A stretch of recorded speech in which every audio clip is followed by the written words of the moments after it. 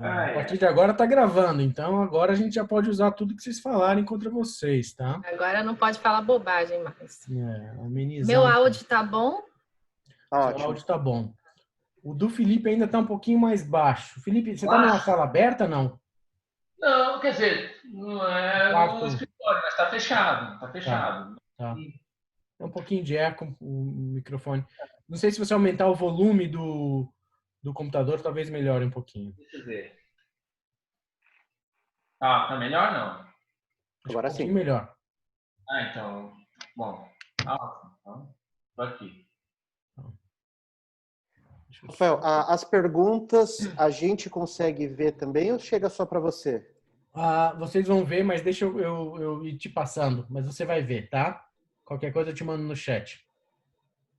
Tá, porque o chat é só nosso, o Q&A é aberto para todo mundo, né? Mas eles não vão conseguir perguntar direto para vocês, Tá. tá? Deixa eu só ver uma coisinha aqui.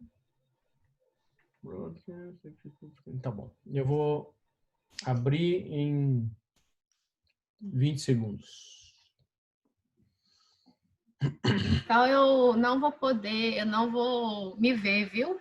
Tá bom. Porque eu vou ter que minimizar aquela minha tela. Aí Tá se bom. eu se me cortar, vocês me dão um toque aí que eu tô me cortando. Fica com o celular por perto, eu te mando pelo zap. Viu? Tá por perto aqui no 4G. Tá bom. Deixa eu só ver.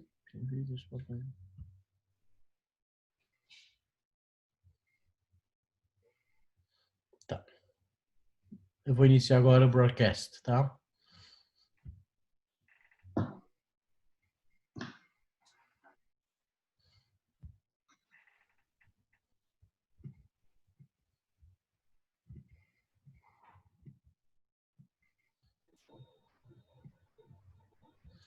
Bom, boa noite. Meu nome é Rafael Schmerling. É um grande prazer ter aqui para a gente discutir um tema que não é toda vez que a gente tem oportunidade, que é carcinoma espinocelular. Apesar do grupo brasileiro ser de melanoma, a gente entende que essa é uma outra doença que precisa de atenção e, na grande maioria das vezes, são os mesmos médicos que cuidam das duas entidades.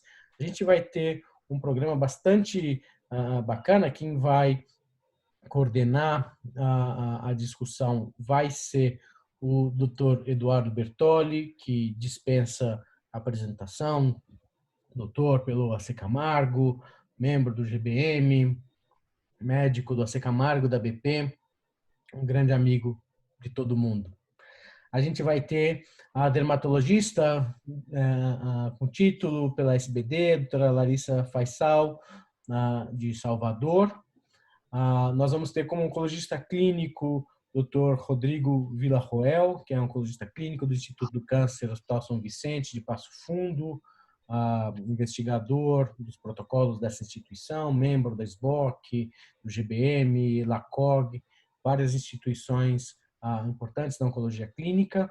E eu tenho um prazer especial em apresentar o Dr. Felipe Vanderlei, que é um cirurgião de cabeça e pescoço, um grande amigo, um grande médico. Ele é médico assistente da faculdade, do Hospital das Clínicas da Faculdade de Medicina da USP e doutor pela Escola Paulista de Medicina, se eu não me engano. Ele fica trocando de instituição e está vivo com saúde por enquanto, né? Mas, brincadeiras à parte, eu acho que a gente vai ter hoje uma discussão bastante produtiva de uma doença que está em evolução do ponto de vista de tratamentos, e eu não vou me alongar mais, passo a bola para o Bertoli. Antes disso, Bertoli, só uma coisinha. No programa, vocês vão ter a oportunidade de mandar perguntas.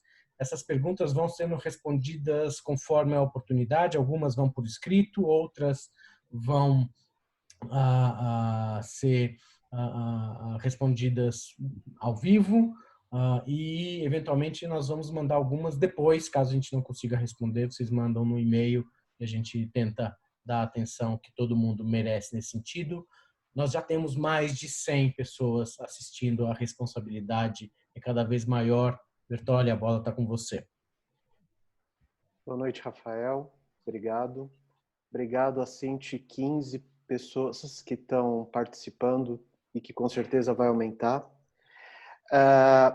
Como você disse, a gente conseguiu juntar um time de especialistas e a programação vai ser o seguinte: a gente vai começar com 2 aulas, uma vez que o assunto SEC às vezes não é em todo evento que é discutido, então a gente achou que valia a pena uma revisão teórica e depois a gente vai partir para a discussão de casos e as perguntas ficam abertas o tempo todo. Então, a gente vai começar com a doutora Larissa Faisal, que já foi apresentada, dermatologista lá de Salvador, e ela vai falar uma coisa extremamente importante, que é a estratificação de risco desses pacientes. Existem SECs e SECs, e ela vai falar para a gente como interpretar isso. Larissa, obrigado de ter aceitado o convite. Obrigada a você, Eduardo, pelo convite, e também ao Dr. Rafael Schmerling. E é um prazer estar com vocês aqui essa noite. Agradeço também quem se disponibilizou a assistir essa aula no meio de tantas demandas digitais da pandemia, né? E é um tema realmente, como o Eduardo falou, muito relevante. É um carcinoma que vem aumentando a incidência a cada dia. Então, vamos lá. Deixa eu ver aqui onde eu passo. Passou? Passou, né? Então, vou falar sobre a estratificação de risco em SEC de pele. E uma breve introdução: o carcinoma espinocelular ele é considerado um tumor ceratinocítico. E esse nome ele vem sendo preferível ao termo câncer de pele não melanoma, uma vez que ele tem a origem, né, nos ceratinócitos da epiderme, assim como o carcinoma vasocelular. E aí essa nomenclatura diferencia esses 2 carcinomas mais comuns dos outros com comportamento tão distinto, como o Merkel, dermatofibrosarcoma protuberans ou alguns tumores anexiais. A incidência ela vem aumentando muito ao longo dos anos. Na década de 90, era normal a gente falar da proporção de 4 basos para cada SEC, e hoje vários estudos já mostram uma proporção de 2:1 e até de 1:1 em alguns estudos americanos. Ele é um tumor, na maioria das vezes, de comportamento bom, com uma taxa de cura de 90% em 5 anos. Porém, uma minoria evolui com metástase e com morte. O objetivo dessa aula é exatamente a gente saber estratificar quem é o paciente de risco para poder conduzi-lo de uma maneira mais adequada. A mortalidade, ela vem inclusive se igualando à do melanoma em números absolutos. E isso leva a um grande impacto tanto na saúde pública, porque leva a uma grande morbimortalidade. Aqui é só um gráfico para mostrar, né, de 1979 até os dias atuais, esse aumento da mortalidade por câncer de pele não melanoma, e aqui, apesar de incluir também o baso e os outros cânceres, a gente sabe que o baso quase nunca evolui com morte, e os outros são bem raros. Então, realmente, essa curva mostra esse aumento da mortalidade pelo SEC. E mais aqui essa estatística mostrando como que no Brasil o número de mortes por carcinoma não melanoma, que a gente já chegou à conclusão que a maioria são os espinocelulares, ela já superou em número absoluto o número de mortes por melanoma no Brasil.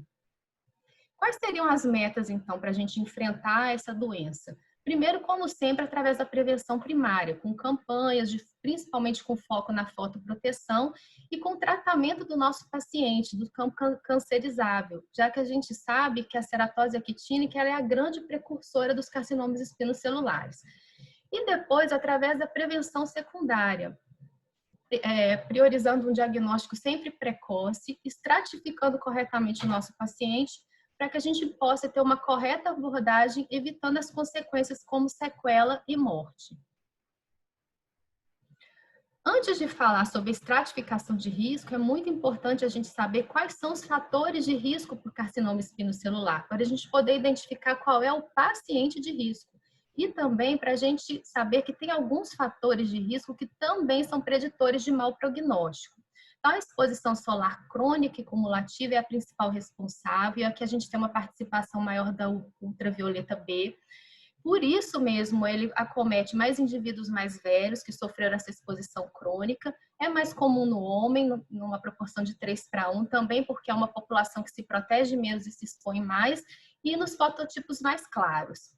A imunossupressão é um grande fator de risco. Aqui a gente destaca os transplantados, principalmente de órgãos sólidos, os portadores de leucemia linfocítica crônica, porque eles têm uma perda de imunidade tanto humoral quanto celular, e os portadores de HIV quando tem a taxa de CD4 baixa. Exposição ambiental também ao arsênico, as nitrosaminas, os policarbonetos aromáticos, o tabagismo no câncer, no SEC de boca principalmente, os HPVs oncogênicos, participando aí mais do SEC também de genitália, região perianal e periungueal, as úlceras crônicas, áreas de queimaduras e, muito importante, as áreas irradiadas, né, os locais de radioterapia, doenças genéticas como albinismo, epidermólise bolhosa, epidermodisplasia verruciforme e algumas drogas usadas em oncologia.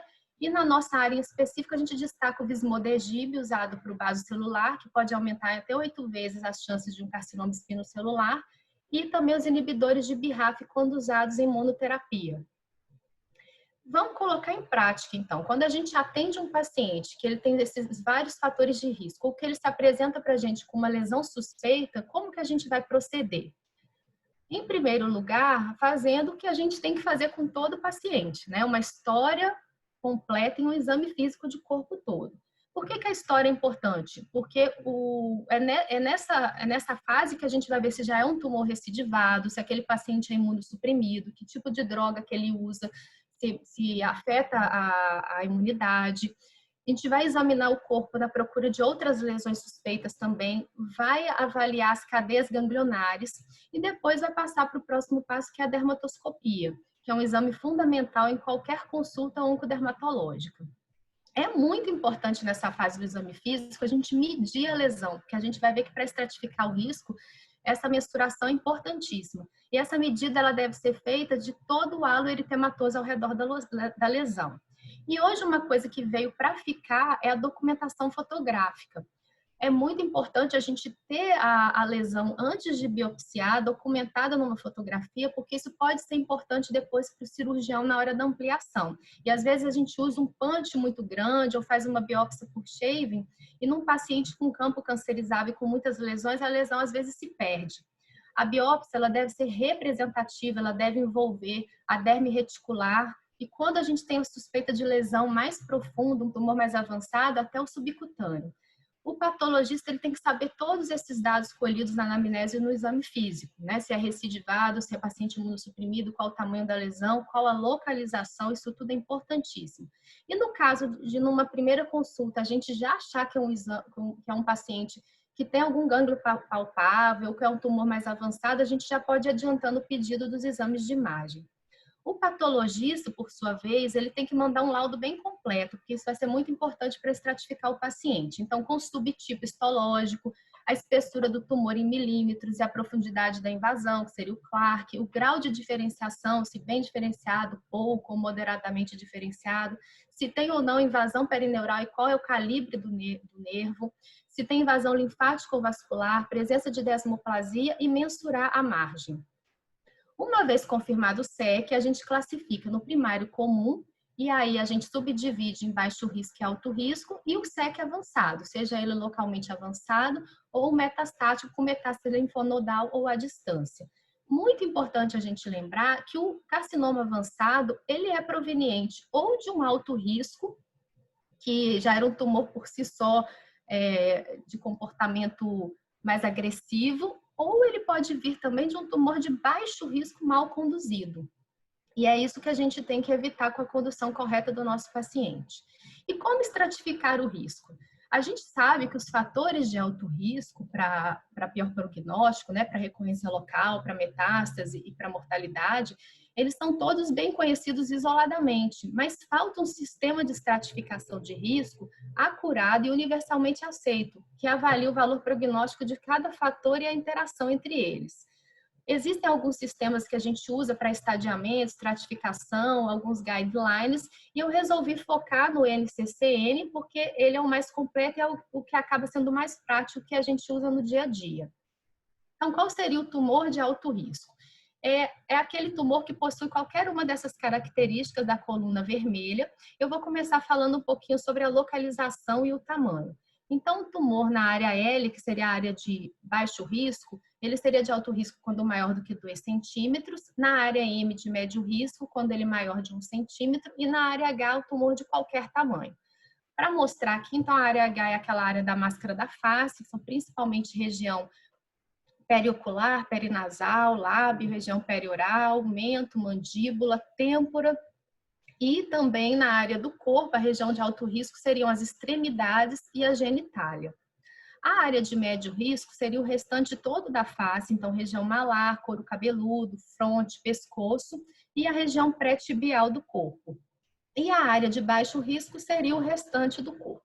Outros fatores de alto risco seriam tumores com bordas mal definidas, tumor recorrente, tumor imunossuprimido, em local de radioterapia ou qualquer processo inflamatório, como úlceras e queimaduras, tumor com crescimento rápido, com sintoma neurológico, pouco diferenciado, de alguns desses subtipos histológicos, acantolítico, adenoide, adenoescamoso, desmoplásico ou metaplásico, e com profundidade de invasão maior ou igual a 6 milímetros ou além do subcutâneo, ou com a invasão também perineural, linfática ou vascular. Essa meta-análise de Thompson ela é muito interessante porque ela mostra cada fator de risco e qual é o risco relativo de cada um deles para recorrência, metástase e morte específica pela doença. E aí a gente pode observar que para recorrência e metástase, os fatores mais significativos são a espessura tumoral, ou a invasão do subcutâneo, ou o Breslow maior do que 6 milímetros. Em alguns casos também o Breslow maior do que 2 milímetros. Entre 2 e 4 milímetros tem uma chance de 4% de metástase, mas a chance aumenta muito mesmo quando o tumor tem mais do que 6 milímetros. E, além disso, o grau de diferenciação pouco diferenciado, né, ele também tem um peso significante aí para metástase. E para a mortalidade específica pela doença, o que tem maior peso, com um aumento de até 19 de risco relativo, é o diâmetro maior do que 2 centímetros. Então, resumindo, na anamnese e no exame físico, a gente já vai ter alguns dados que vai julgar aquele tumor como alto risco. Então, seria o diâmetro maior do que 2 centímetros, que a gente já viu ali atrás, que é o fator mais associado à mortalidade específica pela doença. Na anamnese, a gente vai saber se ele é recidivado, se ele está em área de risco, em área inflamada e se o paciente é imunossuprimido. E na anatomia patológica, os dados relativos à profundidade, e aí maior do que 6 milímetros ou invasão de subcutâneo, seria o fator de risco mais associado à recorrência local e metástase. Além disso, dados como desmoplasia, o subtipo adenoescamoso, acantolítico, os tumores pouco diferenciados e com envolvimento neural, principalmente com nervo de calibre acima de 0,1 milímetro e também envolvimento angiolinfático. Avaliar o risco não é uma tarefa fácil, não existe um sistema de estratificação de risco que considere todos esses fatores com seu peso e, na verdade, é sempre uma interação entre o fator de risco do tumor, inerente ao próprio tumor e inerente ao paciente. O que a gente não pode esquecer é que existem alguns fatores extrínsecos, como, por exemplo, a vontade do paciente em diminuir o defeito anatômico do tratamento do tumor dele, ou então o desejo do médico em simplificar o tratamento. Esses fatores extrínsecos podem transformar um tumor de baixo risco num tumor avançado e levar até a morte. E por que a gente estratifica o paciente? Por conta da diferença na conduta. Os tumores de baixo risco, eles vão poder ser conduzidos até com uma curetagem eletrocoagulação, dependendo da área anatômica, cirurgia com margem não tão ampla, com 4 a 6 milímetros. O follow-up deles vai ser semestral ou até anual, de acordo com o grau de risco. Já os tumores de alto risco, a gente vai precisar de cirurgia com controle intraoperatório de margem, cirurgia de Mohs, cirurgia com margem muito mais ampla, e vai fazer esse follow-up desse paciente muito mais de perto, a cada 3 a 6 meses, principalmente nos primeiros 2 anos, que é quando a chance de recidiva local e metástase é maior. E esse paciente também vai ter que ser acompanhado com exames de imagem pelo maior risco de metástase nodal. Sempre lembrar que o principal objetivo do tratamento de qualquer SEC primário são as margens livres. Concluindo, o dermatologista é o primeiro profissional a diagnosticar e dar a primeira conduta. Então, saber identificar o paciente e o tumor de alto risco é fundamental para a gente conduzir bem os casos e evitar esses desfechos desfavoráveis. Nunca devemos subestimar o tumor de baixo risco. A margem livre ela é sempre primordial. Seguir o paciente, tratar o campo cancerizável, instruir proteção e autoexame são medidas fundamentais. E saber a hora de passar o bastão. Os tumores de alto risco e os avançados necessitam de cuidado multidisciplinar. Aqui eu destaco todos os profissionais que estão envolvidos no tratamento do SEC avançado e de alto risco. Aqui é a equipe da qual eu faço parte, na AMO, lá em Salvador. E gostaria de agradecer a todos pela atenção e estou abertas a qualquer dúvida. Excelente, Larissa. Muito bom. Acho que a gente já começa a construir vários conceitos em cima dessa sua aula. Tem uma pergunta aqui sobre margem. A gente vai responder essa pergunta na discussão de casos. Então, quem mandou a pergunta, ela será respondida. E uma coisa interessante, Larissa, que você falou é que o SEC ele tem é um problema que está crescendo de importância, né? E isso hoje a gente está num panorama bem favorável por conta dos tratamentos que estão começando a ficar disponíveis. E aí para isso a gente vai pedir para o Rodrigo comentar. E só antes de passar a palavra para o Rodrigo, só agradecer a Sanofi Genzyme, que é uma parceira institucional do GBM, não só desse, mas de vários outros eventos, e que nos ajudou também e sem nenhuma interferência na programação. Rodrigo, obrigado do convite. A gente sai de Salvador, vai para Porto Alegre, para Passo Fundo agora, modernidades da pandemia.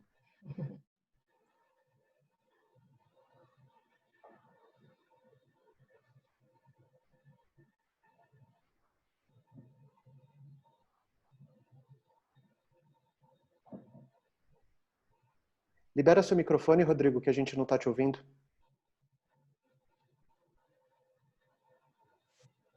Agora sim. Ok, boa noite, então. Eu quero inicialmente agradecer ao Bertoli e ao Rafael pelo convite de participar desse GBM Talk. E coube a mim falar, então, rapidamente sobre tratamento sistêmico para o SEC de pele, que é o que as novidades que estão colocando nós, oncologistas clínicos, mais animados a entrar nessa briga em parceria com os cirurgiões e com os dermatos, diante do que vem surgindo de novidade nos últimos anos.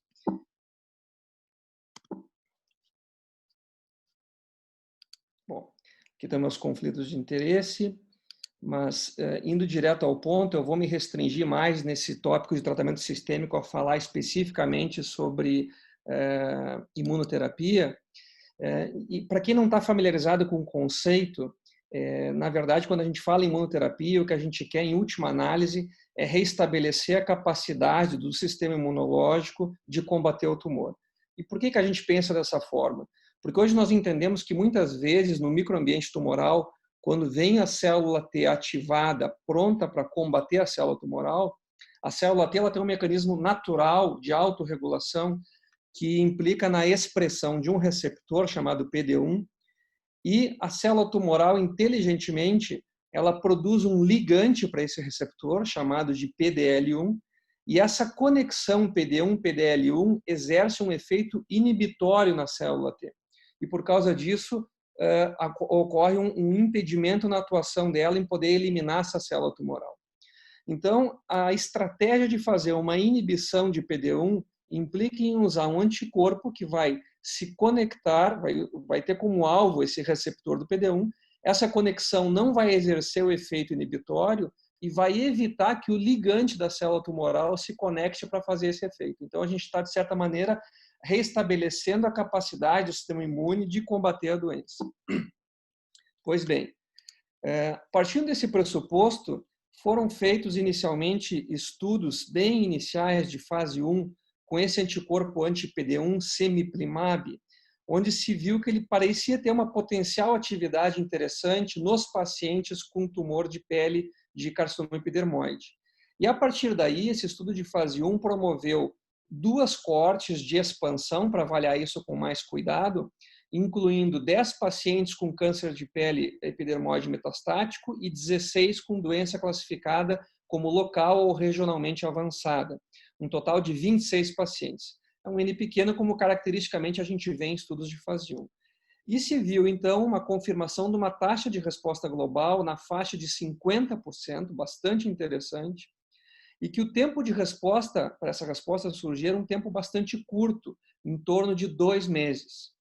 Isso motivou a sequência desses estudos e nós fomos, então, se evoluiu para um estudo de fase 2 com essa mesma droga. Aqui estão os critérios clássicos de inclusão, SEC de pele, que não foi tratável por cirurgia ou radioterapia na avaliação do investigador.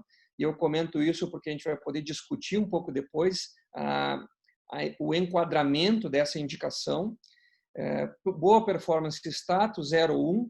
E critérios de exclusão também é importante citar que eram as doenças autoimunes, porque já que nós estamos ativando, de certa forma, o sistema imunológico, a pessoa ter previamente uma doença autoimune, isso pode representar um problema, esses pacientes inicialmente eram excluídos. E também um histórico de transplante de órgãos sólidos. E esse é um outro ponto que a gente pode discutir mais adiante, já que a gente acabou de ver pela aula da Larissa que os pacientes transplantados são um grupo de risco para desenvolver SEC de pele. Bom, esse estudo de fase 2, ele tinha 3 grupos. Os primeiros 2 grupos foram divididos de acordo com a localização, se eles tinham um SEC de pele metastático, que podia ser metástase para linfonodo ou à distância, ou se eles tinham um SEC de pele localmente avançado, e ambos os grupos receberam o semiplimab na dose por peso corporal, 3 miligramas por quilo a cada 2 semanas. Depois foi estabelecido um terceiro grupo, que incluiu pacientes com doença metastática, que já tinha sido estudado no grupo 1, mas com a diferença de se mudar o modelo de administração do semiplimab por uma dose fixa de 350 miligramas e com um intervalo mais longo, mais cômodo para o paciente, por ser a cada 3 semanas. E essa é a dose que foi posteriormente aprovada para uso em SEC. Bom, nós vamos inicialmente olhar os dados aqui do grupo 1, então, esse que testou SEC de pele metastático. Então, era um estudo de fase 2, um N relativamente pequeno, 59 pacientes. A gente vê que, caracteristicamente, os pacientes que estão envolvidos nesses estudos, eles têm uma mediana de idade mais alta, como é característico da incidência nesse grupo, 71 anos de mediana de idade. E aqui eram pacientes, na sua maioria, previamente tratados, mais de 50% já previamente expostos à radioterapia e também a tratamentos sistêmicos prévios. Apesar disso, a gente viu uma taxa de resposta praticamente de 50% e também uma taxa de controle de doença de 70%. O que é essa taxa de controle? É a soma das respostas, que são respostas completas ou respostas parciais, com aquele padrão que a gente define hoje como doença estável, aquela doença que varia pouco de volume, ou para menos ou para mais.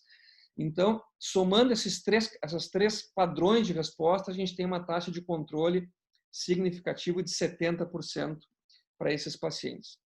Quando a gente vai analisar esse grupo 2, então os pacientes com SEC de pele localmente avançado, era um N de 78 pacientes, a gente encontra uma taxa de resposta objetiva, que é a soma de respostas completas e parciais bastante semelhante, na faixa de 44%, com uma taxa de controle de doença também próximo de 80%, e aqui mostra uma divisão de resposta de acordo com as configurações que esses pacientes podiam ter para não terem sido elegíveis para a cirurgia. Então, 3 cenários que poderiam acontecer. O paciente podia ter uma lesão que era considerada muito invasiva, e isso impedia a possibilidade de uma ressecção completa, ou o paciente podia ter uma lesão que podia ser operada, mas essa cirurgia poderia resultar numa morbidade muito grande, num defeito estético ou numa disfunção que fosse impactante para o paciente, ou ainda um paciente que tinha uma característica de ter pelo menos 2 recidivas operadas previamente e, portanto, foi julgado que a cirurgia tinha uma chance pequena de poder provocar uma chance de cura. Então, aqui a gente vê as taxas de resposta de acordo com esses diferentes cenários e as taxas de controle de doença. E, às vezes, mais importante do que mostrar tabelas, é a gente poder mostrar imagens. Essas são pacientes que estão na publicação do New England, onde foi apresentado esses dados. E a gente vê aqui, então, um paciente com múltiplas lesões na região do couro cabeludo, no baseline, e uma resposta também precoce na semana 6, um mês e meio depois, já com uma resposta bastante exuberante, aparentemente até uma resposta próxima de ser completa. Esse segundo caso, um paciente de mais de 80 anos também, com uma lesão importante, ulcerada, e que num prazo de 2 meses já uma melhora bastante significativa, a lesão praticamente fechada com o tratamento com semiprimário. Bom, os dados desses 3 grupos, esses 2 que a gente apresentou, e também do grupo 3, que eram pacientes com doença metastática, mas naquele outro padrão de dose, a dose fixa a cada 3 semanas, foram compilados, dando um total de 193 pacientes, e foram apresentados dados na ASCO desse ano, agora recentemente, em 2020, com um follow-up mais longo, em torno de 3 anos, mas uma mediana de 15 meses, apresentando os dados de eficácia. Então, a gente vê aqui as curvas de sobrevida livre de progressão, e a linha preta é somando os 3 grupos. A gente vê uma tendência a se formar um platô, o que configura a impressão de que as respostas elas tendem a ser respostas que são duráveis. Vejam que a mediana da sobrevida livre de progressão foi de praticamente 1 ano e meio, e a marca de 2 anos nós tínhamos quase 45% dos pacientes ainda sem progressão. Então, uma característica bastante interessante que a gente vê por aqui é a tendência de se formar um platô com um segmento maior de tempo, mostrando que as respostas elas tendem a permanecer. Aqui as curvas de sobrevida, no mesmo raciocínio, a gente vê que com um segmento de follow-up mediano de quase 1 ano e meio, a gente não tem ainda uma mediana de sobrevida global, e na marca de 2 anos, mais de 70% dos pacientes vivos, o que claramente é um resultado superior ao que a gente estava acostumado a ver nos controles históricos com as terapias antigas à base de quimioterapia. Quando a gente analisa especificamente as curvas de duração de resposta, e essa é uma curva diferente, porque ela parte aqui de cima, olhando só aqueles pacientes que apresentaram resposta.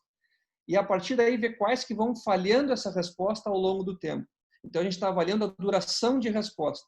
E é bastante interessante ver que com esse follow-up de 15 meses, a gente não tem ainda uma mediana de duração de resposta e que na marca de 2 anos, 70% dos pacientes que responderam mantém essa resposta. Então, isso nos anima bastante a ver que aquele paciente que apresentou uma resposta inicial, ele tem uma chance muito grande que essa resposta se perdure ao longo dos anos.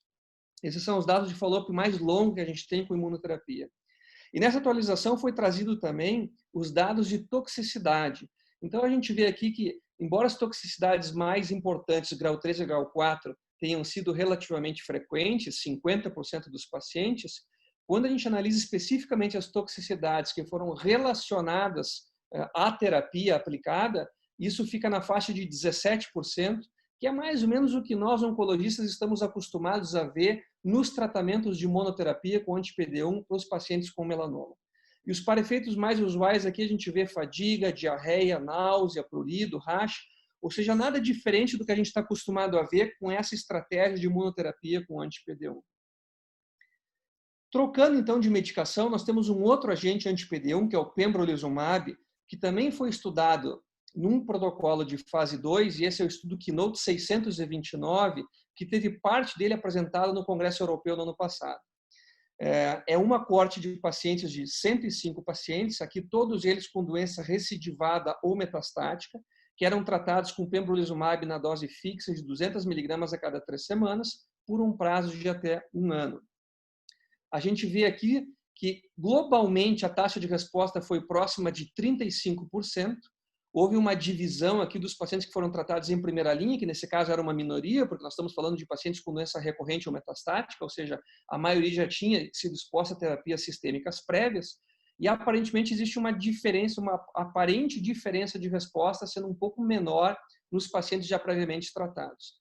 Quando a gente analisa as taxas de controle de doença, a gente vê globalmente, então, uma taxa de controle de 50%, um pouco mais de 50% dos pacientes com doença controlada. E aqui os indicadores de eficácia, de acordo com o tratamento em primeira linha ou da segunda linha em diante, a gente vê a sobrevida livre de progressão na faixa de 5 a 8 meses, as taxas de sobrevida livre de progressão em 6 meses giravam na faixa de 50% a 70% dos pacientes livres de progressão. Esse é um estudo que tem um follow-up mais curto, a gente não tem ainda a mediana de sobrevida global, nem naquele do estudo cemiplimab, com o follow-up mais longo a gente também não tem. E as taxas de sobrevida aqui em 6 meses giravam na faixa próxima de 80%. E aqui também nós temos uma curva de duração de resposta e também uma curva que tende a mostrar uma duração longa dessas respostas que são estabelecidas. Então, a gente vê que em 6 meses, 80% dos respondedores mantinham a resposta, também mostrando essa característica de resposta durável da imunoterapia. E esse foi o estudo que levou agora, recentemente, no mês de junho, o FDA, a aprovar o pembrolizumab nos Estados Unidos, também para tratamento de SEC de pele que não seja operável ou sujeito à radioterapia curativa. Um outro estudo de fase 2 com pembrolizumab, que avaliou aí exclusivamente no território de primeira linha, doença localmente avançada ou metastática, foi esse estudo multicêntrico francês, o CARSKIN, com 57 pacientes, onde a gente vê uma taxa de resposta de 42%, uma taxa de controle de doença de 60%, e esse é o gráfico que a gente analisa paciente por paciente, que resposta ele teve, para quem não está acostumado a ver. Todas as barras que vêm para baixo são pacientes que a doença diminui de volume e as barras para cima quando a doença aumenta. Então, a gente vê que, na maioria dos pacientes, existe algum grau de resposta. E esse outro gráfico aqui analisa individualmente os pacientes respondedores. Cada barra significa um paciente. E a gente vê, em primeiro, através dos pontinhos vermelhos que indicam o surgimento de resposta parcial, que as respostas aqui também tendem a ser precoces, na faixa de 2 meses. E mais interessante, mostrando que as respostas também são duradouras. Vejam que cada vez que a gente vê uma setinha na ponta da barra, significa que essa resposta continua acontecendo e o paciente segue em follow-up. A gente vê aqui a marca de 48 semanas ou 1 ano, praticamente todos os pacientes respondedores mantendo resposta, né? Um não chegou nessa marca e continuou respondendo, e um paciente que veio a óbito por outro motivo. E na marca de 2 anos, os pacientes que atingiram essa marca de follow-up, todos eles mantendo resposta daqueles que responderam inicialmente. Então, também mostrando essa característica de resposta durável. E também uma outra droga conhecida no nosso meio, um anti-PD1, que é o nivolumab. Esse também é um pôster apresentado na ASCO agora de 2020, um trabalho feito por colegas aqui do Brasil, avaliando a eficácia do nivolumab em SEC, 24 pacientes, a maioria deles com doença loco-regional, e a gente vê também uma taxa de resposta na faixa de 54%, com uma taxa de controle de doença de 77%, alinhado com as outras drogas que a gente acabou de ver agora há pouco. Então, resumindo numa tabela, as principais informações que a gente tem de dados da imunoterapia no SEC de pele atualmente, a gente vê que a mediana de idade ela é a mais alta, as taxas de resposta variam na faixa de 35% até cerca de 50%, com taxas de controle de doença entre 50% e 65%. A gente não atingiu ainda as medianas de resposta, são respostas duráveis. É difícil a gente comparar esses estudos aqui, estão compilados alguns estudos de cemiplimab e pembrolizumab, porque são estudos que têm uma população que não é tão homogênea, variam na quantidade de pacientes que já foram expostos à terapia sistêmica prévia entre os estudos e na quantidade de pacientes que já foi exposto à radioterapia nos estudos também. E todos eles ainda com um follow-up um pouco mais restrito, a gente quer ver um follow-up mais longo para ver esses dados amadurecerem.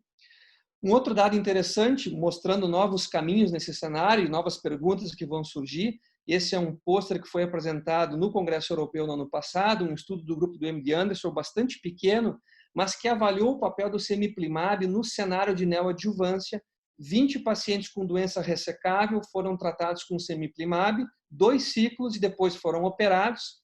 Embora clinicamente se parecia que a taxa de resposta fosse de 30%, quando esses pacientes foram operados, se viu que mais da metade, ou 55% deles, tinham resposta patológica completa. E se a gente considerar também aqueles que tinham uma resposta patológica quase completa, essa marca chega então a 70%. Bastante interessante. E finalmente, para concluir, a imunoterapia em câncer de pele, SEC, o uso dessa imunoterapia com agentes anti-PD1, ela vem se consolidando como uma importante opção de tratamento em SEC avançado. O cemiplimab já foi aprovado pelo FDA, pela EMEA e pela Anvisa, a droga que foi aprovada aqui no Brasil em 2019, e o pembrolizumab é aprovado pelo FDA agora em 2020 para SEC de pele. As taxas de resposta, então, variam entre 35% a 50%, com controle de doença entre 50% e 80%. Essas respostas usualmente acontecem rapidamente e são duráveis, não são fugazes, como costumavam ser na quimioterapia.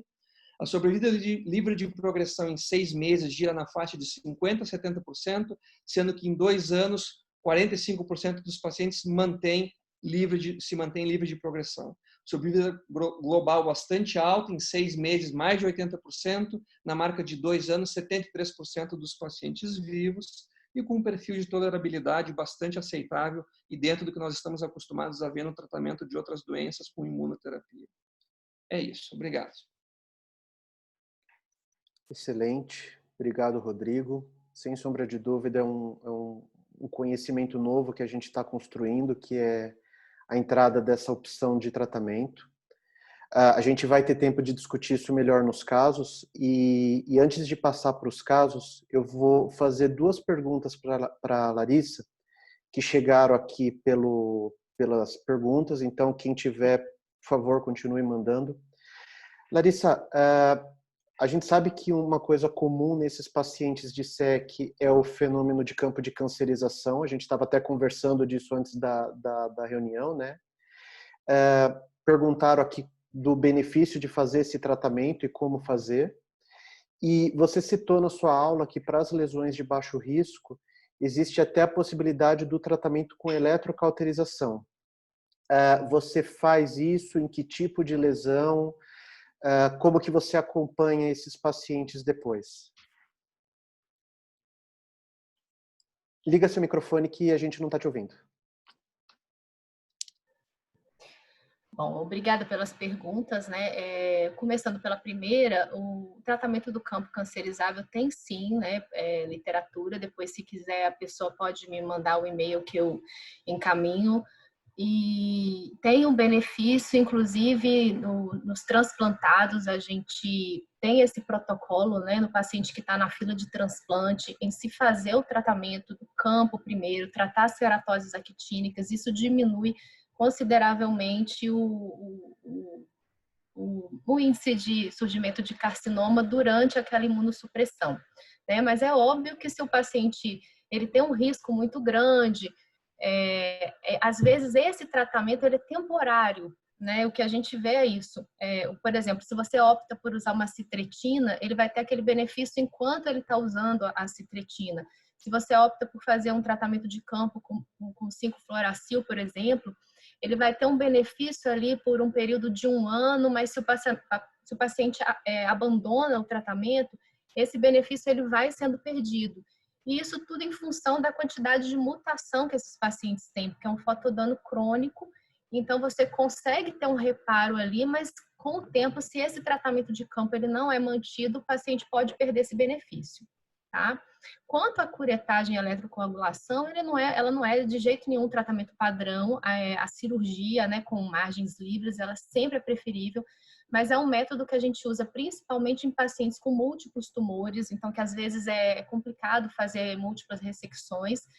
De preferência, deve ser feito um shaving da lesão, porque aí você manda para a patologia o shaving antes de terminar de fazer uma curetagem ali do leito, eletrocoagular, repetir o processo. Mas para você ver o quão profundo ou se depois, de repente, seria interessante fazer uma ampliação cirúrgica. É um procedimento que ele nunca deve ser feito em tumor em área de alto risco, né? Sempre é preferível fazer somente em área de baixo risco, que são aquelas áreas corporais que eu falei, nunca fazer em região pilosa também, com muito anexo, com pelo, tá? Espero que eu tenha respondido. Já estão pedindo referência aqui para... Sim.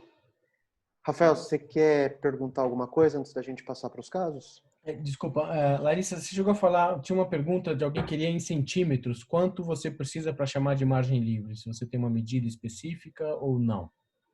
Margem livre, né, é um termo da patologia. Se tiver algum patologista que quiser me corrigir, margem livre é quando o tumor foi totalmente removido, né? O que a gente preconiza para o SEC de baixo risco é aquela margem entre 4 e 6 milímetros, E para um SEC de alto risco, de preferência, o controle intraoperatório, seja por congelação ou cirurgia micrográfica de MOS, mas quando você está num serviço onde isso não é possível, margem ampla é aquela margem com mais de 1 centímetro, né? Acho que o Bertolli pode até responder melhor do que eu, mas é em torno de 1 a 1,5 centímetro, é uma margem considerada ampla. Agora, tudo vai depender da localização anatômica, do grau de risco do tumor, né? Se ele é um tumor pouco diferenciado, se ele tem uma invasão neural, porque aí a margem muda um pouco.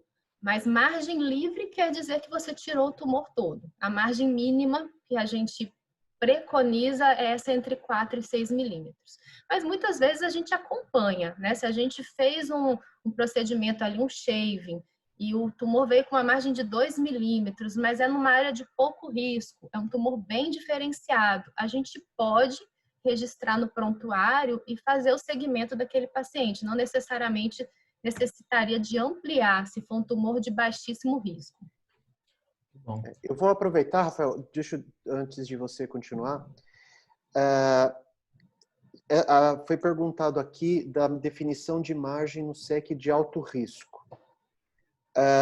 O que a maioria dos guidelines preconiza é quando você tem um SEC de alto risco, e isso acho que até o Felipe pode falar também, porque como cirurgião de cabeça e pescoço, praticamente a grande maioria das lesões vão ser de alto risco pela localização, é que a conduta de preferência é você fazer uma avaliação intraoperatória de margens. O NCCN coloca a cirurgia micrográfica de MOS como uma opção, mas ele deixa aberto o uso de outras opções que permitam uma análise completa, circunferencial e profunda das margens. Então, torta de Tübingen, método de Munique, congelação face, enfim, são várias as modalidades que permitem essa avaliação. A gente sabe que, a gente sempre diz isso nos eventos do GBM, que 3/4 da população brasileira dependem exclusivamente do Sistema Único de Saúde, e que não necessariamente vão ter acesso ao exame de congelação, a um histotécnico, a um patologista habituado com esse tipo de avaliação. Então, na impossibilidade da congelação, existe um número, que esse que a Larissa falou, que seria a margem de 1 centímetro, 10 milímetros. Obviamente que isso às vezes não vai ser suficiente quando você tem lesões recidivadas, quando você tem subtipos mais agressivos, isso pode não ser suficiente. Então até acaba sendo importante na indisponibilidade da congelação, você evitar já um fechamento com uma reconstrução mais complexa, como um retalho, por exemplo, porque se você vier com uma margem positiva depois, isso vai dificultar bastante. Você quer comentar alguma coisa, Felipe? Boa noite. Eu gostaria de agradecer o convite. Eu concordo contigo, Bertolli. Sim, boa parte dos carcinomas, os SECs, boa parte está na região da cabeça e do pescoço, principalmente por causa da exposição solar. Como a Larissa falou, a gente tem essa área que eles chamam de H, que é perto dos olhos, ouvido e lábio, que é uma área de maior risco. Ela é maior risco por estar nessa região, porque é uma área tridimensional, a gente tem dificuldade de imagens nessa localização, e porque está perto de estruturas muito importantes. Então, a ressecção, às vezes, no momento da ressecção, sempre tem aquela dúvida se você vai fazer ampliação e pegar um órgão importante. Mas eu concordo contigo. Na verdade, assim, nessa região, 1 centímetro de margem é o que a gente sempre dá. O importante é você fazer a congelação da margem se você tiver oportunidade. Hoje em dia, a gente sabe que o mais importante é a gente fazer a congelação das margens da peça cirúrgica e não do leito, diferente do que tem uma boa parte da conduta que faz uma amostragem do leito cirúrgico. Isso não é o preconizado na atualidade, né? A gente ter uma ressecção ampla com margem e avaliar essas margens da peça, porque do ponto de vista da patologia, você conseguir saber onde a margem foi retirada é melhor. Mas é isso mesmo, a gente tem que pelo menos ter 1 centímetro de margem E a dificuldade na nossa área, na cirurgia de cabeça e pescoço, é porque 1 centímetro de imagem, às vezes, chega em locais que a gente precisa chegar perto de órgão, olho, ouvido, lábio. Isso é muito importante. E cavidades onde a gente tem uma estrutura tridimensional que dificulta essa ampliação. Mas a gente sempre tem que ter esse objetivo, garantir imagens livres, porque isso a gente sabe que diminui a recidiva, e o ideal é a gente garantir imagens livres na primeira ressecção, porque ampliações, elas também podem aumentar o risco de recidiva, então fazer uma margem ampla já no começo do procedimento e congelar elas da peça. Deixa eu aproveitar e já emendar isso com 2 perguntas. Você falou, Felipe, também da margem de 1, e a Larissa falou da questão daquele halo de perimia perilesional. Então, acho que levar isso em consideração, então a importância da dermatoscopia. E aqui perguntaram, vou passar para a Larissa e para o Felipe, de como proceder com as biópsias no cenário de uma lesão primária e de uma lesão recidivada. Quando fazer incisional, quando fazer excisional.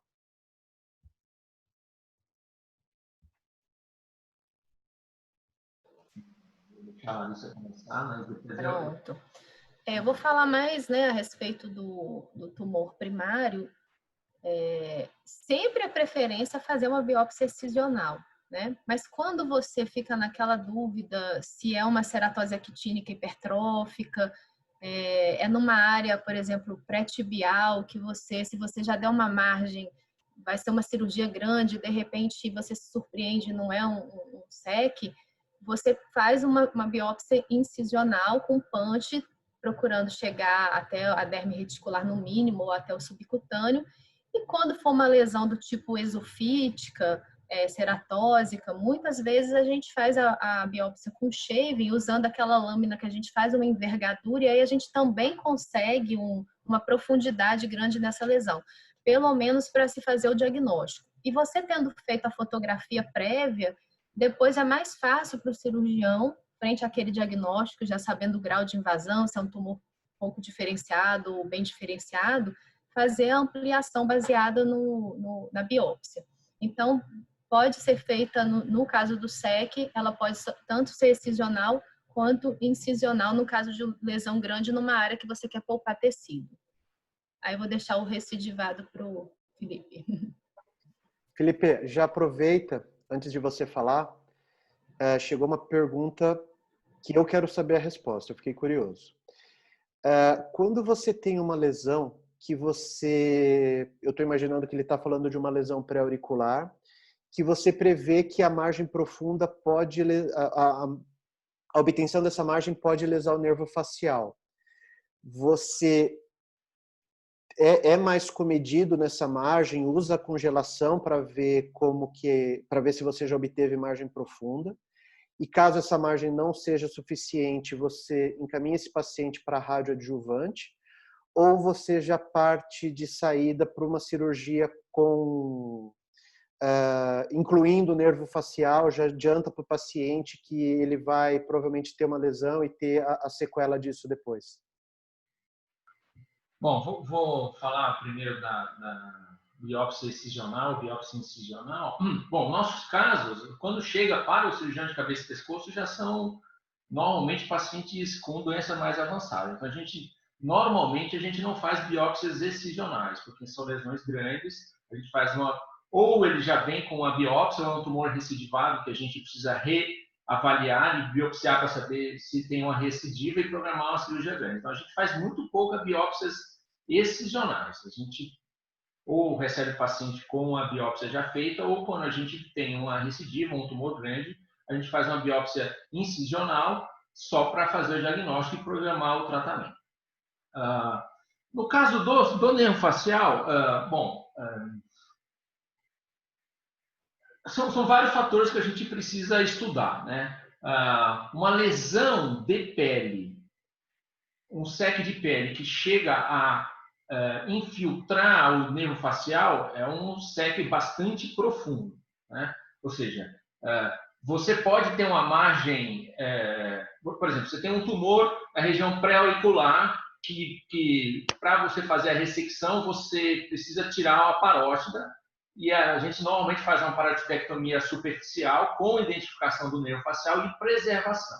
Normalmente, a gente não usa o nervo facial como margem, ou seja, tirar o nervo tirar o nervo sem ele estar comprometido. Isso não só no SEC de pele e, eventualmente, até no SEC de glândula salivar, ou tumores agressivos ou tumores mais agressivos de glândula salivar. Então, normalmente, o que a gente faz é dissecção do nervo facial, preservação, quando possível, e, eventualmente, um tratamento adjuvante, caso seja necessário. Então, a ressecção do nervo facial, na grande maioria dos casos, ela não é feita se você não tem um comprometimento de função do nervo facial. Agora, alguns tumores mais distantes do pavilhão, ou seja, o nervo facial tem 5 nervos, eventualmente o nervo facial ele fica mais superficial à medida que ele sai do tronco lá do forame estilomastoideu. Então, você pode ter tumores em localização que pegam alguns ramos menores do nervo facial. Eventualmente, nesses ramos mais fininhos, mais distais, eventualmente a ressecção local pode compreender, pode incluir um dos ramos do nervo facial, mas a ressecção do tronco do nervo facial, normalmente a gente não faz como margem. Normalmente isso não é feito. Eu vou então aproveitar já esse cenário e vou passar para o Rodrigo. Rodrigo, está chegando... Você vendeu muito bem seu peixe, está chegando um monte de pergunta aqui das imunoterapias. Então, primeiro, hoje uma lesão como essa que o Felipe falou, localmente avançada, que tem o risco de uma dissecção maior, se o oncologista clínico já entrou de vez na discussão e, eventualmente, ao invés de operar, fazer o tratamento sistêmico, se existe algum marcador biológico que você usa para pensar em oferecer imunoterapia baseada em anti-PD-1. Numa lesão localmente avançada, existe algum protocolo de estudo de neoadjuvância aberto? Também foi uma pergunta aqui. E aqui estão perguntando da disponibilidade do Cemiplimab no SUS, no convênio. Como que... Coloca isso dentro de uma perspectiva prática, Rodrigo, por favor. Tá bem, bom. A gente já tem o Cemiplimab aprovado para a Anvisa, aqui no Brasil, com essa indicação especificamente para SEC de pele. E como é uma droga injetável, ela automaticamente tem que ser autorizada e incorporada dentro dos planos de saúde, com raras exceções, porque a indicação em bula é essa. Pacientes com SEC de pele sem indicação de cirurgia ou radioterapia curativa. Então, essa definição é uma definição que dá margem para a discussão. Nós não estamos falando necessariamente de um paciente que tenha que ter sido operado previamente. E eu acho que essas discussões multidisciplinares passam a ser cada vez mais fundamentais e necessárias para a gente ir, ao longo do tempo, melhorando a experiência e definindo com mais clareza em que papel nós vamos colocar cada indicação terapêutica. E certamente existe uma gama gigante de variáveis que têm que ser analisadas, inclusive do próprio paciente, que por vezes pode chegar e dizer: eu não quero uma cirurgia com esse grau de agressividade. Ou nós podemos ter fatores do paciente que podem pesar contra a indicação de imunoterapia também. Então, na verdade, não tem isso bem estabelecido. Nós, que eu saiba, não temos atualmente aqui no Brasil estudos de neoadjuvância, protocolos abertos para neoadjuvância em SEC de pele, mas temos sim protocolos abertos para uso de anti-PD-1 em caráter adjuvante, mas uma adjuvância que tem que ser feita depois da radioterapia. Então, são pacientes de alto risco, e a configuração de alto risco é um pouquinho complexa, tem que se analisar, porque fazem uma combinação de fatores. Geralmente aqueles pacientes com doença linfonodal, com múltiplos linfonodos, ou com envolvimento linfonodal extracapsular, ou então tumores primários que associam vários fatores de mau risco, como tamanho acima de 2 centímetros, uma invasão de profundidade maior do que 6 milímetros, ou invasão de gordura subcutânea, invasão de músculo esquelético, ou tumores pouco diferenciados, enfim. Esse perfil de paciente, se ele é operado hoje, e se fica com uma ressecção que até pode não ser R0, mas que a margem positiva seja apenas microscópica e não macroscópica, é um paciente que normalmente ele vai para a radioterapia e depois encerraria o tratamento dele, entraria só em follow-up. Nós não temos rotineiramente uma indicação de adjuvância sistêmica. Então, nós temos hoje, aberto no Brasil, 2 protocolos, um com semiplimab e outro com pembrolizumab, para essa situação, tratamento adjuvante pós-radioterapia, pós-cirurgia. Esses protocolos estão abertos em vários centros do Rio Grande do Sul, Santa Catarina, Paraná, Minas Gerais, Ceará. Então, eu quero aproveitar essa grande audiência que a gente está tendo aqui e relembrar todos os colegas que possam ter pacientes em potencial com esse perfil, de procurar algum centro mais próximo e tentar encaminhar esses pacientes para serem referenciados para recrutamento. E a outra pergunta em relação ao marcador. Essa é uma grande pergunta que a gente tem em outros cenários também de câncer de pele, melanoma principalmente. A gente não tem ainda um biomarcador. Esses estudos estão avaliando a expressão de PDL1, mas a exemplo do melanoma, a gente não está vendo até o momento uma capacidade da expressão do PDL1 de diferenciar respondedores de não respondedores. Então, na prática, a gente ainda não usa isso como um critério determinante para a indicação da medicação. Muito bom. Fazendo ping-pong... Oi? Deixa eu só fazer uma pergunta para o Felipe. Felipe, a gente viu num dado interessante que o Rodrigo mostrou, em que a gente tinha, ao final de 2 anos, aproximadamente 45% de pacientes sem progressão. Então, no jargão do oncologista, para quem não estiver familiarizado, isso significa que esse paciente iniciou o remédio, ao final de 2 anos, tudo estava sob controle. Tá? Mas, nesse mesmo momento, a gente tem mais de 70% de pacientes que estão vivos. Ou seja, existe uma diferença aí de uns 30% de pacientes que continuam vivos, então a gente entende que talvez a droga tenha dado algum benefício que não foi suficiente para controlar a doença, e isso nos dá a impressão, muitas vezes, que esses pacientes estão fazendo outros tratamentos, né? Muitas vezes cirurgia como forma de resgate. A gente não tem hoje um radioterapeuta, talvez para o próximo a gente precise ter um radioterapeuta também, porque essa é uma ferramenta importante. Existe também uma pergunta aqui falando de margens limítrofes, como é que a gente faz. Eventualmente, radioterapia pode ser discutida, especialmente nos pacientes de alto risco. Mas, Felipe, e também esbarrando no tema que o Rodrigo trouxe de neoadjuvância.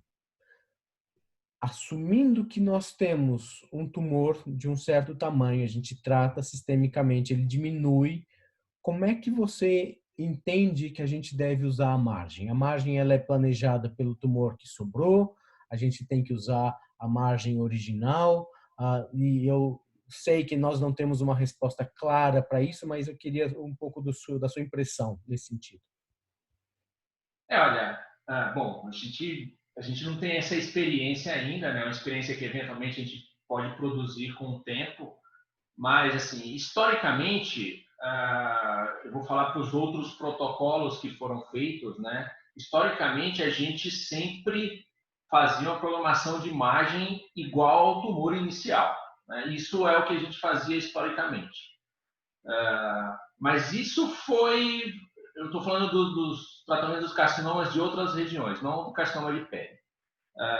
Então, por exemplo, um carcinoma de língua, língua é um tumor que normalmente a gente não faz outro tipo de tratamento além de cirurgia inicialmente. Mas, por exemplo, os tumores de laringe, tumores de supraglóte, a gente eventualmente pensava em fazer uma ressecção baseada no tumor inicial. Isso foi mudando. E a gente entendeu que você teve uma resposta, o tumor diminuiu, eventualmente a gente pode fazer uma margem relacionada ao novo tamanho, sempre garantindo aquelas margens livres se você tiver a oportunidade de fazer exame intraoperatório de congelação. Eu não tive nenhuma oportunidade de operar nenhum paciente após o uso do semiplimab, que é uma imunoterapia para o câncer, mas eu já tive alguns pacientes que fizeram tratamento com medicações sistêmicas para carcinoma basocelular. E o que a gente faz é, no momento da cirurgia, a gente avaliar o tumor como ele está naquele momento e fazer a margem relacionada ao que a gente tem naquele momento. Isso é o que a gente faz. A gente vai produzir uma ressecção que era basicamente igual àquela que você programou no início, e você vai perder muito do ganho que você teve com a medicação que fez diminuir o tumor. Então, provavelmente é uma experiência que a gente precisa ter, e eventualmente isso vai acontecer, né? Se a gente operar esses tumores, eles evoluírem bem, ou se tiver um aumento da recidiva, a gente vai ter que pensar nessa margem com o tempo. Isso vai nos orientar nos próximos tratamentos. Mas é uma resposta que a gente não tem porque a experiência não foi feita. Eventualmente, a gente pode usar a margem nova e fazer exame intraoperatório de congelação, porque eu acho que a medicação, aparentemente, ela tem efeito na doença. Felipe, aproveita, nem desliga seu microfone. Daqui a pouco eu já vou apertar o Rodrigo na parede, que está chegando um monte de pergunta de transplantado, mas calma. Felipe e Larissa, você falou do preparo, do planejamento pré-operatório, e chegou uma pergunta aqui das ferramentas que a gente tem disponível. Então, eu queria saber da Larissa, a experiência dela e o que ela sabe de literatura, com os métodos de avaliação local, então dermatoscopia, confocal, eventualmente ultrassom de alta frequência, que é uma técnica que está chegando com uma perspectiva muito promissora.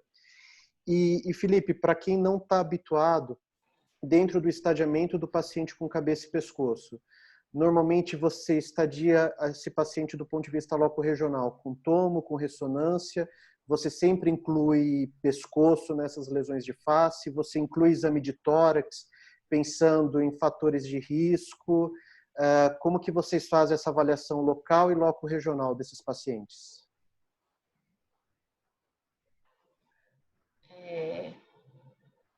Em relação, né, à propedêutica do carcinoma espinocelular, com focal eu não tenho experiência, né? Aqui em Salvador a gente não tem. Eu sei da experiência do AC Camargo, acho que ajuda em alguns casos, mas por ser o tumor profundo, ela acaba não atingindo. Então, acho que não ajuda muito nos tumores mais que a gente gostaria de prever um pouco esse nível de invasão, né? Porque eu acho que ela não alcança esse nível mais profundo. Em relação à dermatoscopia, cada vez mais, assim, ela vem ajudando nos tumores ceratinocytícos também, né? Ela, classicamente, é uma ferramenta mais para lesão melanocítica, mas a gente já tem bastante critério específico para carcinoma espinocelular. O SEC in situ, a doença de Bowen, né? Aquele padrão dos vasos glomerulares, a gente consegue visualizar isso perfeitamente. Então, isso ajuda muito. De repente, nesse caso, a lesão bem homogênea, com esse aspecto, a gente faz só um punch pequeno só para confirmar.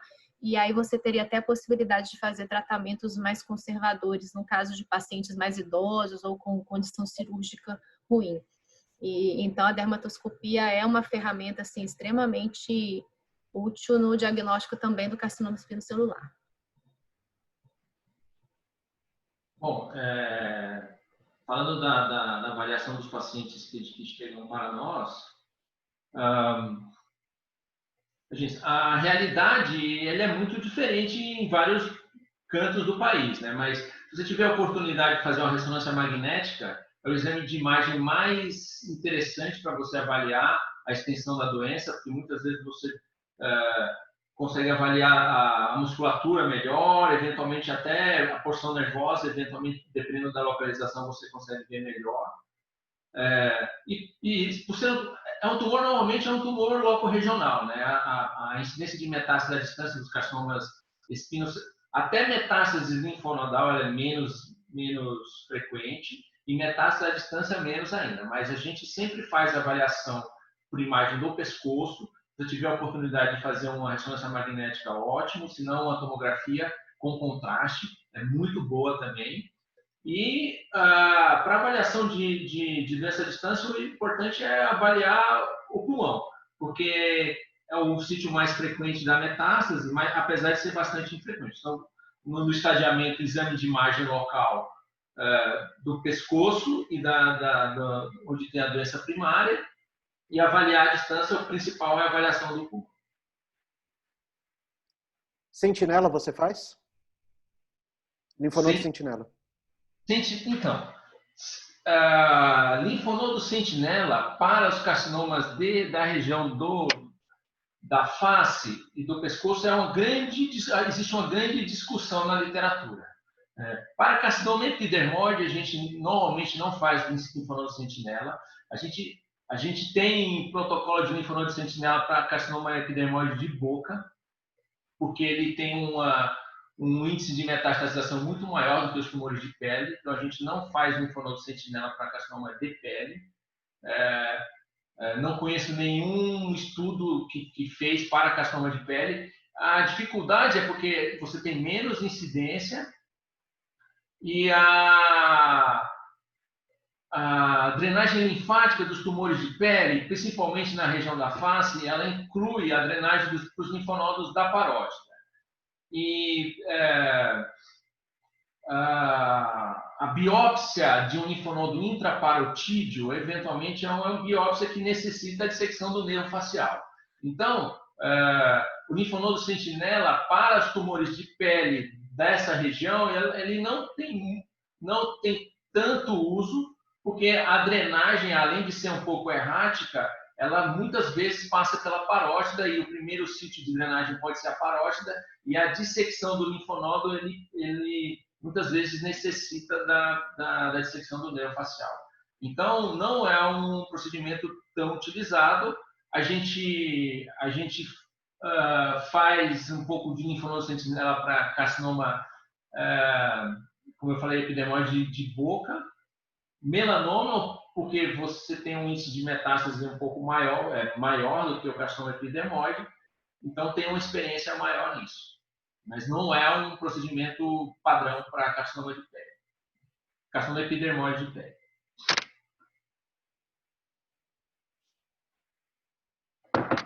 Não sei se o Bertolli tem alguma experiência com linfonodo sentinela para SEC de pele, não sei.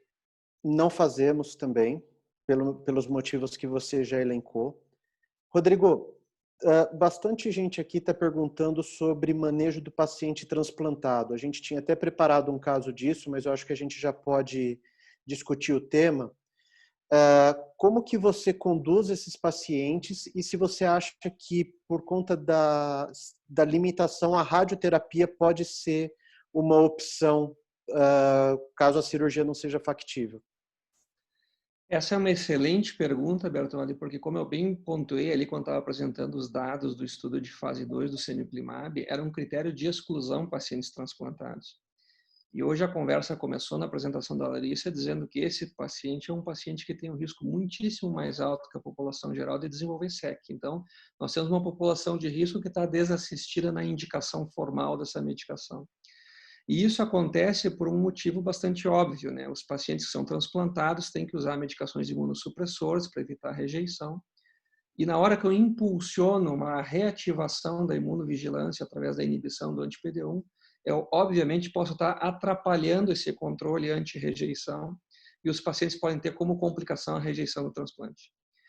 Então, assim, esse sempre foi um desafio muito grande no uso da imunoterapia, que já foi trazido antes no cenário de melanoma. A gente não tem muitos dados em relação a isso para nos guiar de maneira assim sólida, não temos guidelines, não temos rotinas de conduta nisso. O que a gente pode dizer é que hoje a gente já tem algumas séries de casos mostrando que não é uma proibição fazer imunoterapia em paciente transplantado, porém, nós temos que estar muito cientes dos riscos que esses pacientes correm. E a informação que a gente tem atualmente, com dezenas de casos analisados, é, primeiro, que existe sim a possibilidade do paciente não rejeitar o órgão transplantado. As taxas de rejeição elas estão na faixa de 40% a 45%. Elas parecem ser maiores nos pacientes que têm transplante renal do que nos pacientes que têm transplante hepático ou transplante cardíaco. O que até é uma coisa mais favorável, porque o paciente transplantado renal, se ele rejeitar, a consequência prática disso é ele voltar para a diálise. Agora, uma rejeição em um transplante hepático ou pulmonar ou cardíaco é virtualmente fatal. Então, é um risco que o paciente corre, mas não é um risco de 100%, talvez seja no máximo em torno de 50% esse risco. Normalmente, essa rejeição, quando acontece, ela acontece rapidamente, então não demora muito para a gente saber se pela aplicação do antiPD-1 isso vai ser um problema ou não. Então, isso tem que ser muito bem pesado. Claro que no cenário do melanoma, muitas vezes, que é onde a gente tem esses dados, muitas vezes essa conversa fica... apesar da situação ser dramática, a conversa fica menos complicada no sentido de que tu tem uma doença potencialmente fatal, uma doença multimetastática para órgãos nobres e que se o paciente não resolver isso, não adianta ele ficar com o órgão transplantado, ele vai falecer pela doença. No SEC de pele, nós temos o problema da questão funcional, do sintomatologia que o paciente tem, da localização. Talvez não necessariamente seja um problema de doença visceral com risco imediato à vida. Então, nesse cenário, eu acho que aumenta o valor da discussão em equipe multidisciplinar, da indicação ou não de imunoterapia. E dentro desse contexto, eu acho que aí vale mais pesar, com muito mais atenção, as estratégias de cirurgia e de radioterapia, quando a gente está diante de um paciente transplantado, e deixar, digamos assim, num primeiro momento, a imunoterapia como um plano B, mas talvez não como uma opção que vem mais facilmente à tona, como nos outros perfis de pacientes. Explica um pouquinho para quem não está habituado, Rodrigo. Semiplimab é dose única, de quanto em quanto Certo. tempo faz? E só para encerrar o último tópico, qual que é a tua experiência, qual que é a tua observação dos pacientes que fazem tratamento exclusivo com radioterapia? Respostas são boas ou nem tanto?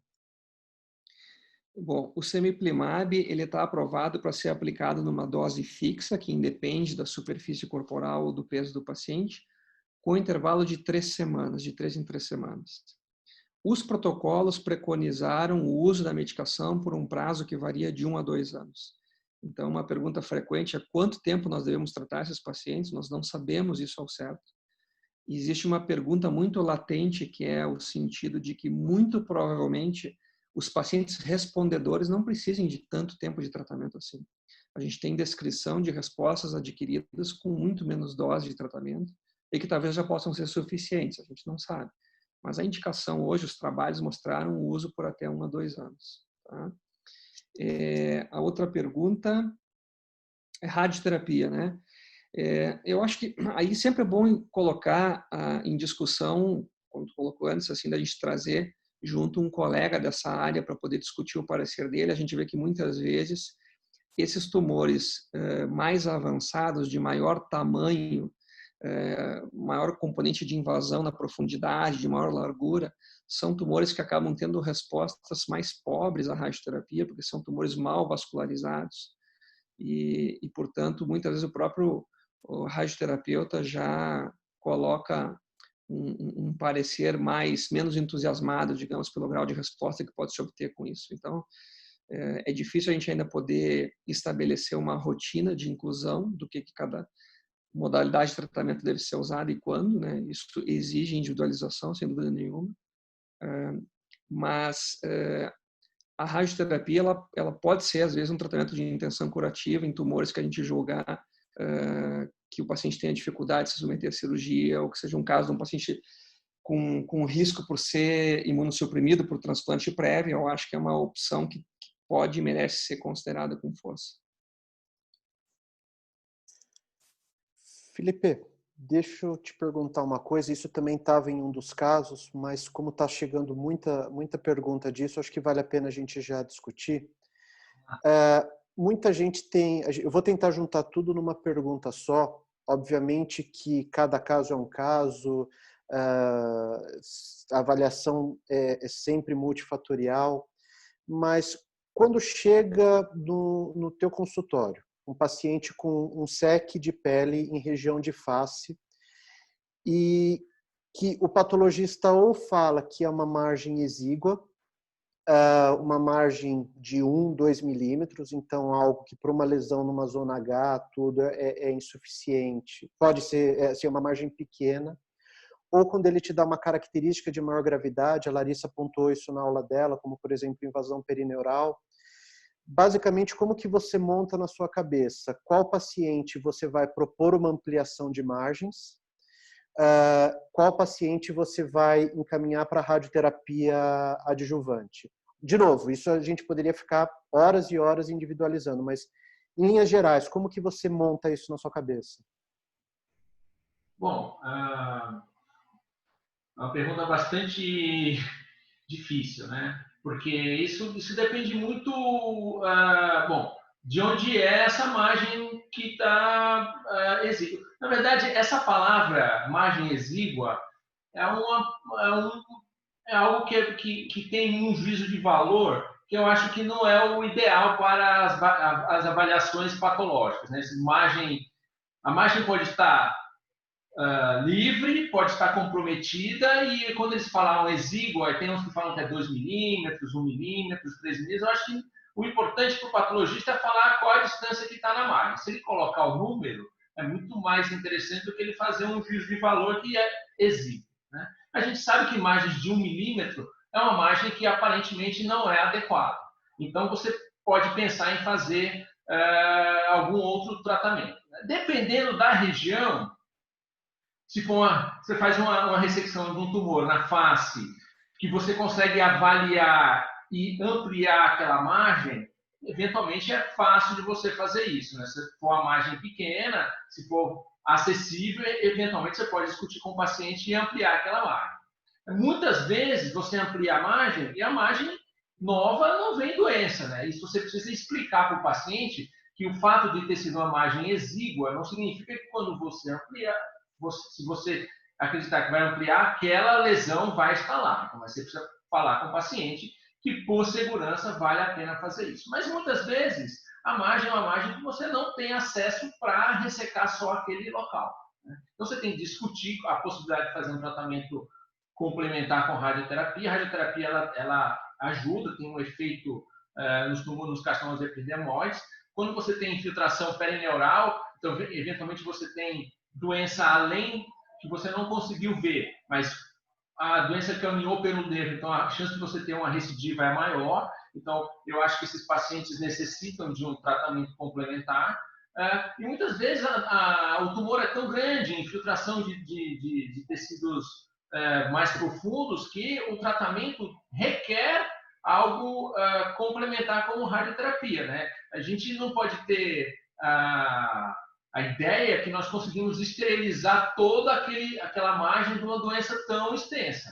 A gente tem que entender que as armas elas precisam ser usadas a favor do doente, e muitas vezes a radioterapia após o tratamento é importante. Agora, uma coisa que eu não acredito é você fazer uma ressecção menor do que você acredita que precisaria ser feito, porque você vai contar com a radioterapia no pós-operatório. Ou seja, vamos fazer uma margenzinha menor e manda para a radioterapia. Isso aí é uma receita para dar tudo errado, né? Você está diminuindo o pensamento oncológico, porque você acredita que se você tiver uma margem menor, uma localização que é uma região anatômica mais complicada, a radioterapia vai te ajudar. Isso é uma receita para o fracasso, né? A cirurgia ela precisa ser feita com as margens adequadas, não pensar que a radioterapia que vai resolver o problema de margem inadequada que você vai fazer na cirurgia.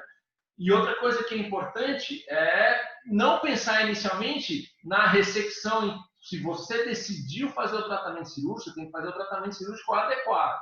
Não ficar pensando, olha, vai ser uma ressecção muito grande e vamos fazer menor para fazer radioterapia, ou porque a reconstrução vai ser menor. Então, a gente sempre tem que pensar do ponto de vista oncológico, funcional e de reconstrução junto, mas fazer coisas menores, pensando em radioterapia ou na reconstrução, é uma receita para a gente ter um fracasso. Inclusive, eu acho que muitos dos tumores que a gente vê nessas regiões perto do olho, perto do nariz, perto do ouvido, que são regiões de alto risco, o fato de a gente tratar, tentando preservar muitas vezes essas regiões, é que fazem que esses tumores recidivem e a gente tem cada vez uma lesão mais difícil de ser tratada, né? Então, acho que se a gente entender que a doença é grave e que ela precisa de um tratamento adequado desde o primeiro tratamento cirúrgico, a gente muitas vezes vai amargar muito menos recidivas, principalmente nos tumores dessa região. E é isso que a gente vê. Acho que o Bertoli vê, eventualmente os outros colegas, a Larissa e os oncologistas, que tumores que foram operados 5, 6, 7 vezes, todas ressecções pequenas, e aí quando você vê, tem doença em todos os lugares. Né? E aí a gente pega tratamento e pacientes que foram tratados de forma aparentemente inadequada e depois a gente paga o preço mais para frente. Excelente. Só complementando, inclusive tem um estudo alemão. Eita. Estão me ouvindo? Colocou a aula. Estamos te ouvindo. Que 58% dos tumores avançados, eles eram provenientes de tumores ou in situ, ou T1 ou T2. Ou seja, isso aí realmente é um fato. Né? É o que eu falei, o tumor avançado, normalmente ele não foi avançado desde o início. Ele é produto de várias condutas erradas, de cirurgias conservadoras, de margem comprometida. Então, isso aí é muito importante mesmo, conduzir bem. Eu acho que o SEC é um dos tumores onde a gente mais precisa da discussão multidisciplinar, exatamente porque não tem um estadiamento, um protocolo de igual do melanoma, né, que a gente vai baseado sempre pelo Breslow e linfonodo sentinela. Então, sempre vai gerar essa discussão. Excelente. A gente está com 1h20 já de discussão, eu não vi o tempo passar. Mas eu acho que para a gente fazer um encerramento do que foi dito até agora, eu vou pegar exatamente essa palavra que a Larissa usou, dessa abordagem multidisciplinar, e mostrar como que a gente faz isso na prática. Esse é um caso de um paciente masculino, 85 anos, com uma lista bem extensa de comorbidades, que a gente sabe que é uma situação extremamente comum para quem lida com esses pacientes, isso não é novidade para ninguém. Agora a gente tem mais um agravante, que agora esses pacientes são grupo de risco para COVID, e esse paciente contraiu COVID. E na internação foi observada essa lesão, que estava tendo um crescimento rápido, e aí foi chamada a equipe da dermatologia para fazer uma avaliação. Larissa, rapidinho, o que você como dermatologista vê nessa lesão que você acha que tem que ser valorizado?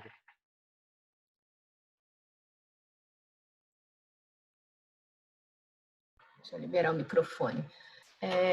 A gente vê uma lesão infiltrada, bastante infiltrada, exulcerada, grande, né, numa região de alto risco, na região da orelha.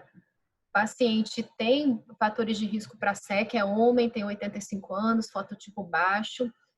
E o primeiro impulso de qualquer dermatologista é fazer uma biópsia dessa lesão. No caso, aí eu acho que o COVID para ele não foi um fator de risco, foi um fator de ajuda, né? Porque foi descoberta a lesão pela internação pelo COVID. Então, acho que ajudou. Exato. E foi feito exatamente o que você disse, foi feito biópsia, a biópsia mostrou que era um SEC. No estadiamento loco-regional, a gente tem uma imagem da ressonância. Felipe, eu sei que não tem o exame inteiro, então é difícil a gente falar em cima de um corte só, mas a gente discutiu isso em reunião e a gente viu que estava muito próximo da parótide, da lesão. É isso mesmo? Existe essa proximidade, essa falta de um plano de clivagem? Aqui, bom, aí na seta é exatamente a transição da parótida com o pavilhão auricular. Provavelmente esse é um corte um pouco mais baixo, mais caudal, porque a gente não está vendo mais o conduto auditivo aí. Né? Então, provavelmente, pela foto, provavelmente esse tumor infiltrou por trás, não tão por trás, e está próximo à parótida mesmo, na parte mais caudal em relação ao conduto auditivo.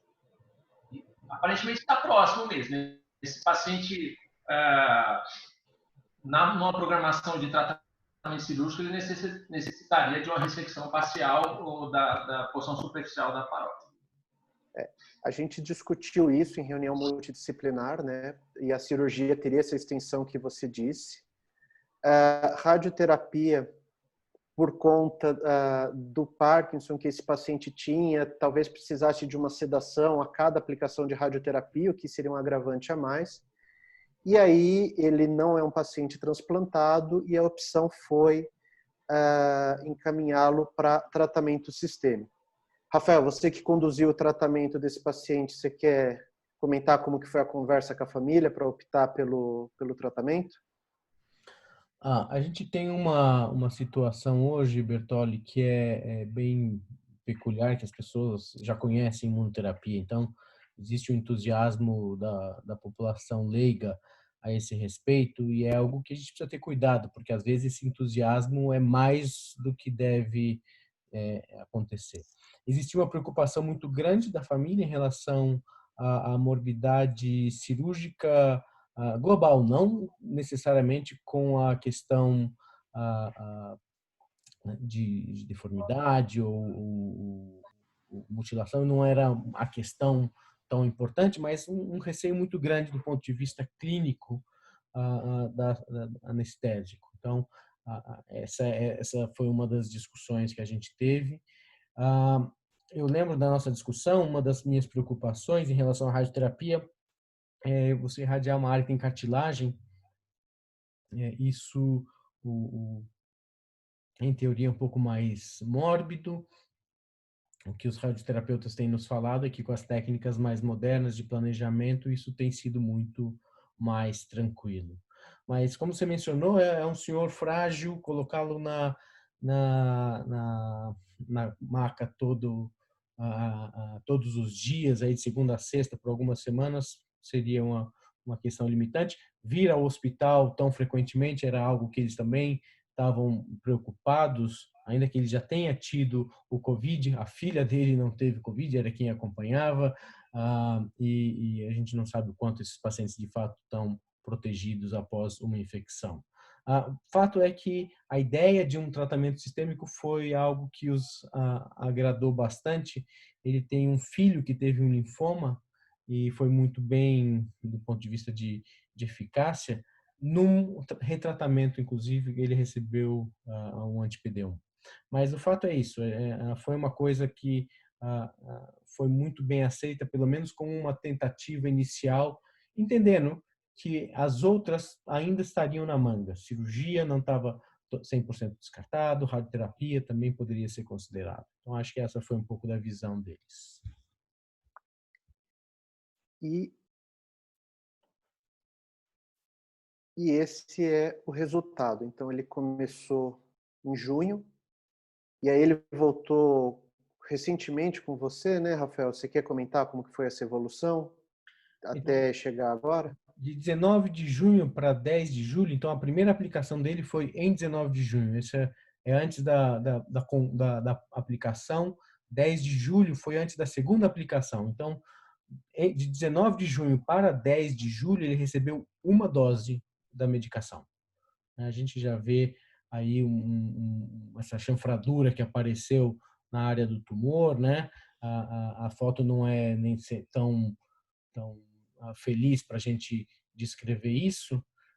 E a gente vê também à direita, na face posterior, que aquela parte infiltrada já vai diminuindo, a úlcera vai ficando mais limpa. Isso tudo aconteceu em uma infusão, né? Então, isso foi algo que nós já vimos e impressiona bastante. Se você for Ele mostrar... passou sexta-feira com você, né? Na quinta-feira eu vi de novo, né, na quinta-feira passada. Então a gente vê aqui, você vai mostrar o próximo slide? Isso, 30 de julho. Está aqui. Tá certo, perdão. Então aqui a gente tem duas aplicações. Então isso foi antes dele receber a terceira. Então a gente já vê que o tumor saiu e sobrou um tanto de orelha ali, né? A gente está vendo que a úlcera já está fechando na direita. Então o paciente está tendo uma clara resposta sem toxicidade alguma. É muito reconfortante para a gente e de oferecer o benefício sem morbidade. E aí, eu não sei se você vai mostrar se a gente tem a ressonância.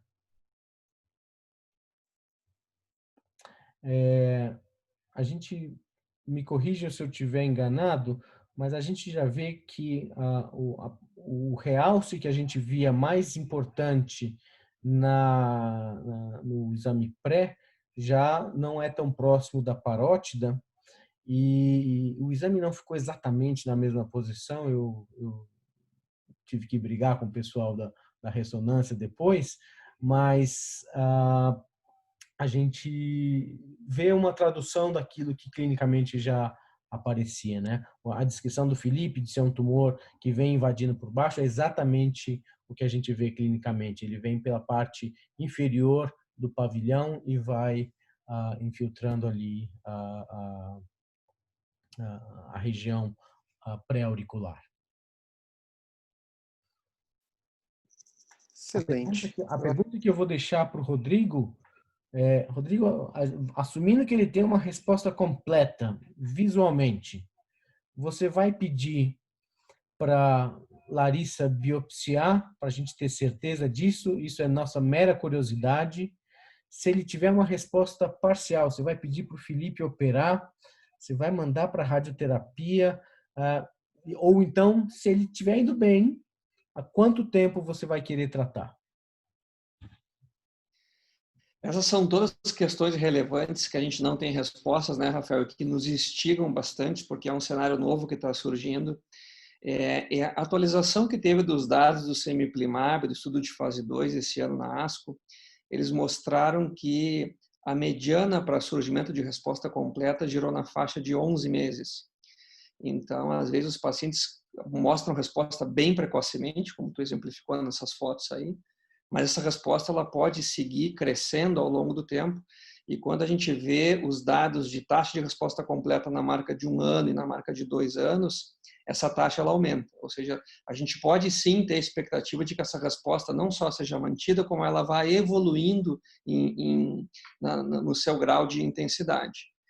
E aí nós vamos ter que descobrir realmente como dar sequência. Nesse caso, talvez o paciente já se manifestou logo de saída que não tinha interesse em cirurgia, muito menos provável que haja qualquer tipo de interesse de tratamento sem ser esse que ele está fazendo agora, que ele está vendo e sentindo essa resposta clara que está acontecendo, né? E aí, assim, a gente não tem dados sólidos sobre interrupção de tratamento. A gente tem agora pacientes que estão sendo seguidos com esse follow-up além de 2 anos, que é quando foi a marca de interrupção no estudo com Semiplimab, esses 2 primeiros braços. E certamente é um cenário que a gente vai precisar de mais dados para saber a segurança de como lidar com isso. Então, eu acho que a gente tem mais perguntas do que respostas, mas um cenário que está nos animando. Acho que no final das contas é um bom problema, né, ter essas dúvidas. Exatamente. Bom, a gente já passou de 1h30 de discussão e eu acho que isso que a gente ainda ficou com 2 casos na manga. Ficamos com algumas perguntas que a gente vai responder posteriormente, mas a gente vai precisar encerrar. Queria dizer que a gente ainda está com um número altíssimo de participantes, estamos na casa de 140 participantes, chegamos a 200 no horário de pico, o que é muito bom, a gente fica muito feliz com isso. Esperamos que todos tenham aproveitado. Queria agradecer demais a Larissa, o Felipe e o Rodrigo, que desde o começo compraram a ideia, foram muito parceiros para que esse evento desse certo. Obrigado mesmo. E, Rafael, acho que podemos ir para os finalmente e fazer as considerações finais. Bom, Bertolli, obrigado pela condução. Isso foi sensacional e a gente agradece muito sempre o seu empenho, o seu apoio em todas as ações do GBM. Falando em GBM, é importante que... Deixa eu só ver se eu apareço, porque eu acho que eu não estou aparecendo para as pessoas. Espera só um pouquinho. Aparecendo. Tá sim, tá sim. Tá. Então, opa, agora está o Bertolli. Infelizmente está aparecendo. Bom, o que quer que seja. Bom, então eu queria agradecer mais uma vez a presença de todos. O GBM tem se esforçado para fazer eventos educacionais, promover a discussão, uma discussão multidisciplinar. Esse foi mais um exemplo. Nós teremos outros eventos. Acompanhem nas redes sociais, acompanhem.